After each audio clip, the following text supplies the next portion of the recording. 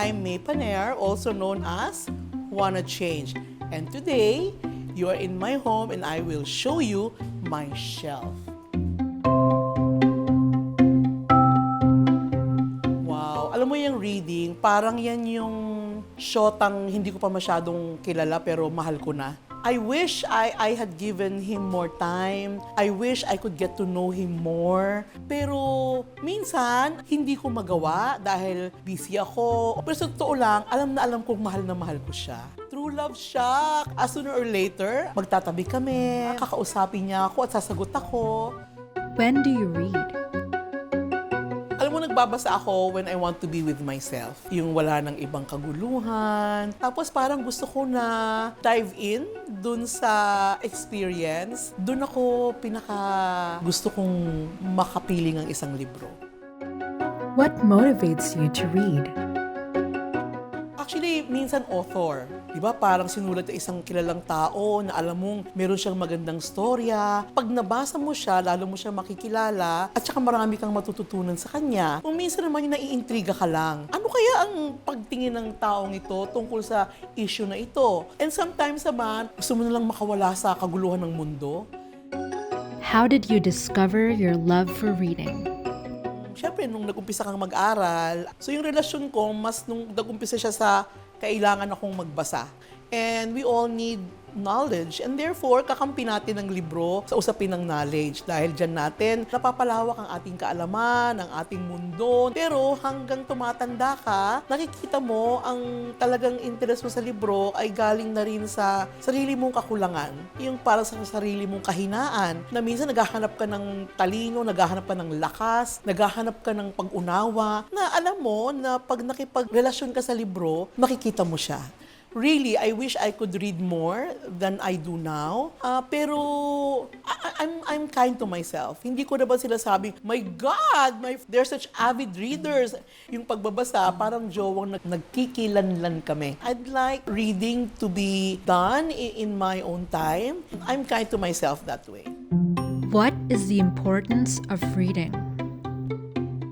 Sa akin kasi, ang mahalaga pag nabasa ko yung libro, pagka nakuha ko yung essence ng sinasabi niya, tapos na-gets ko, tapos na-apply ko, tapos sasabihin ko, oh my God, puti nilang binasa ko yan. Kasi see, if I had not read that book, I would not have known how to respond in a situation where yung pamamaraan ay nakita ko sa isang libro. Or buti na lang, nabasa ko itong libro to kasi kung hindi ko ito nabasa, siguro sa problema kong hinaharap ngayon, ang atake ko, old self ko pa rin. Hindi yung tao na nakaalam ng isang pamamaraan or ng isang proseso or ng isang wisdom, pwede ko talagang nahiram. How does reading affect you?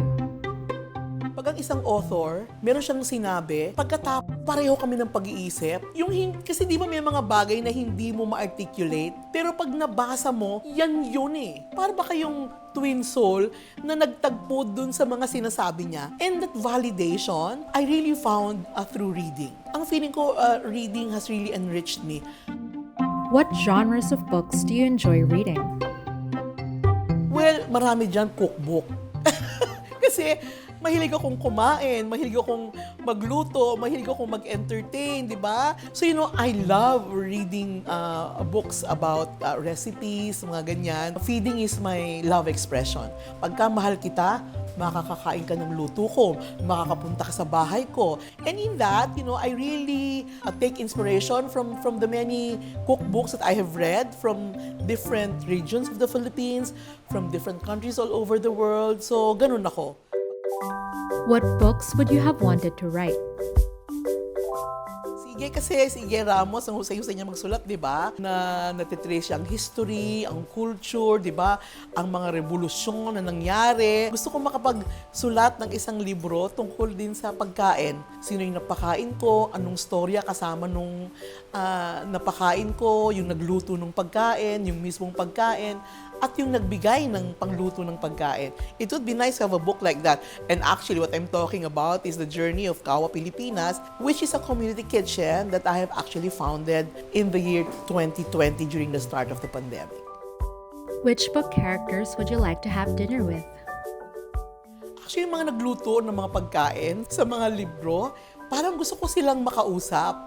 Gusto ko silang makita in action kung paano nila nabuo yung kanilang technique, sino nagturo sa kanila ng recipe na yon, anong lasa nun pag silang nagluluto. So siguro yung mga lola natin, nanay, yung mga ganon, mga tatay, mga lolo. But the origin, how they started to cook a certain food that they've actually been cooking for years and years for their loved ones. So I like books that actually they have practical application in my life. Which book would you save in case of a fire? Siguro in case of a fire, ang isasave ko ito. Tingnan mo, itong libro na to. Conversations with God. Alam mo, grabe itong libro na to kasi nabasa ko to ata mga 5, 6, 7 beses, ewan ko. Pero gulping-gulpi na siya. Hindi naman ako talaga religious, but I'd like to think that I'm spiritual. Nung nabasa ko si Neil Donald Walsh, I don't know if you've read it, yung Conversations with God, dun ko naramdaman yung feeling na ito pala yung to discover or have a conversation with God. When I read it today, there's a page that kind of really gets to me. And then, when I read it at another time, at another circumstance, or at another stage in my life, another chapter talks to me. Pero ang hindi ko malilimutan, if there's a word, yung salitang divine dichotomy. Kasi parang akala ko noon, yung mga bagay, merong sadya silang opposites, diba? Pero in the divine pala, they make sense. Hindi sila actually yung parang nagkokontrahan. I'd like to think that, I'm on a soulful journey towards finding the best of who I am. When you want to meet the best part of who you are, you have to actually also find it in other people. You bring out the best in you, and you want to actually see it in other people. And if you don't, diba, sabi ko nga, yung pinakawalang hiyang mga tao sa buong mundo ang mag-aakyat sa akin sa langit. Kasi pag hindi ako naging katulad nila, ibig sabihin medyo bumuti ako, then actually they have served their purpose in my life. Ang dami kong favorite line, but let me cut.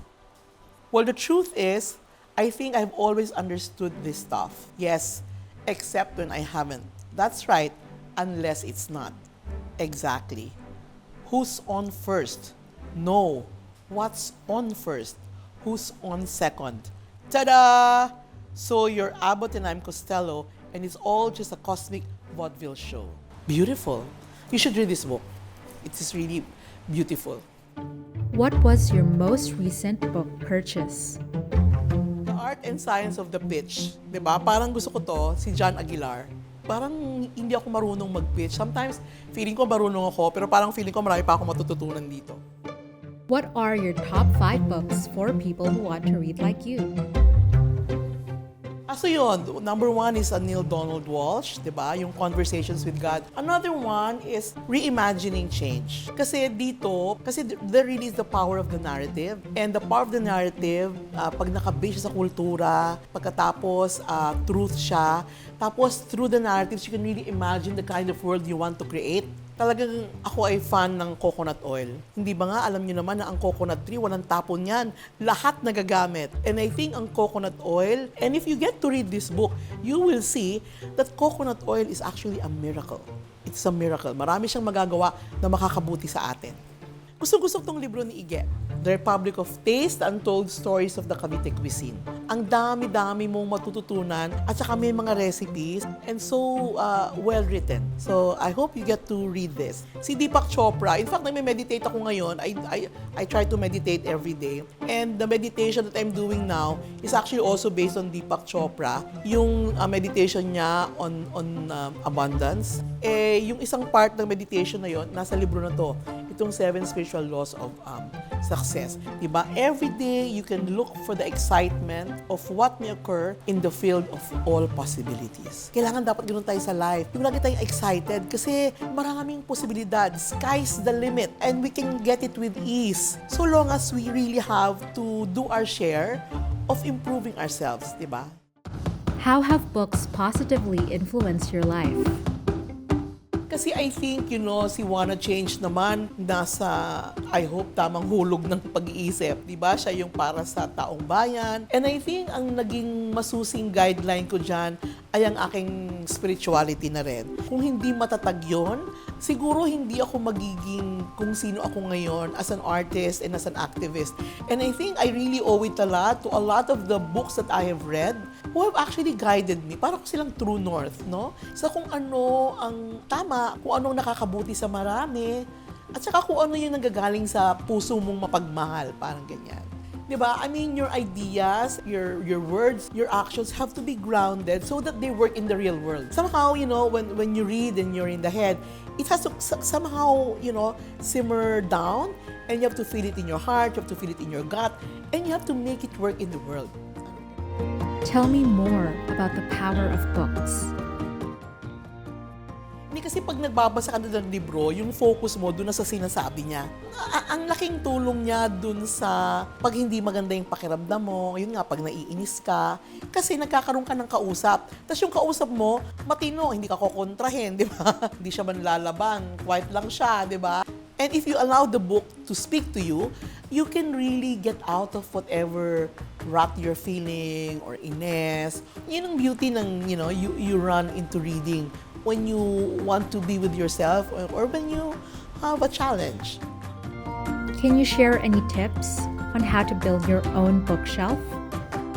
Di ba kumuha kayo nung libro na feeling ninyo parang kinakausap kayo na parang kunin mo ko, parang ganon. Meron kang gustong alamin tungkol sa sarili mo na kailangan yung pinupulsahan mo rin kasi ang daming libro. Hindi naman ganun kadami yung pera ko. Parang ganon. Or meron akong topic na gusto kong maunawaan na alam ko sa librong to makukuha ko yung sagot. Kukunin ko yon. So, kailangan meron ka ring gagawing relasyon tungkol dun sa libro na gusto mong kunin. You really have to be able to touch the book, hold it, you know, close to your heart, in front of your eyes, yung mga ganyang tipo ba. Do you have any tips for young writers and readers? You know, reading is power. You know, knowledge is power. And when you are able to read, syempre mas dumadami ang kaalaman mo. Mas nagiging confident ka. Nagbasa ka, di ba? Kumaga, when you come to the class having read the book that you're supposed to read, iba ka sa mga kaklase mo na hindi nagbasa. Di ba? Angat ka na agad For your own personal advancement, enhancement, evolution, read the book.